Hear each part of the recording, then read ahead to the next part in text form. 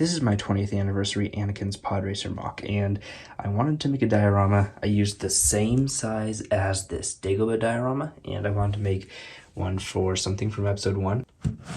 So what I did was I have this black ring around it, and I put some tan wedges and round plates and normal plates, as well as a lot of the 1x2 slopes in dark orange, because I think those look really good and smooth it out a lot.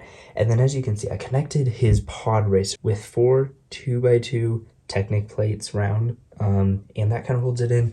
And then I threw this rock underneath just to kind of prop it up and put it in at an angle, and then have another few Technic pieces going up to another angle. And you really don't notice it when you're just looking at it normally. It looks like it's just floating there. It's kind of crazy. Even when you're kind of looking at from the front, you just don't really see that, especially when it's on a lower shelf.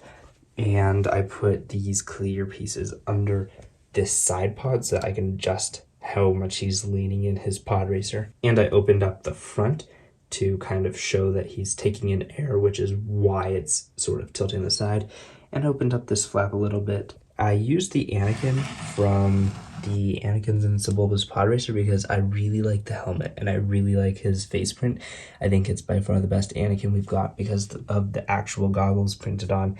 I think it looks really good. I think this Podracer is just by far the best one they've ever made. I think it looks really, really good. And so I definitely wanted to incorporate it in a MOC. Now the hardest part was getting the ground to look deserty while also having more color and also looking interesting. If you look at Tatooine, it's very flat, it's very boring.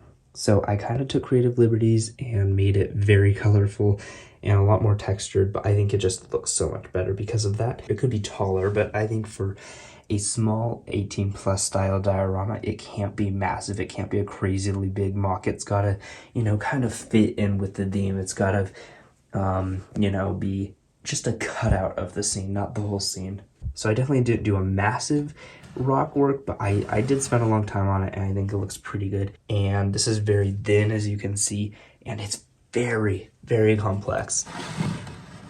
I'll show you the backside here. I used so many pieces, but what I basically did, here's the best example. I put a brick with a stud on each side, and then another brick with a stud on each side attached to that, so that I could connect it to the ground, and also put these bricks all along it. And I put plates in between. So we start with the base, which is just a brick high and has all the wedges attached to the sides of these modified bricks. And then we put another layer of plates in between. A lot of these plates are curved or wedge plates to kind of give it more detail and more texture. It's not that stable. It's being held in by just this 2x2.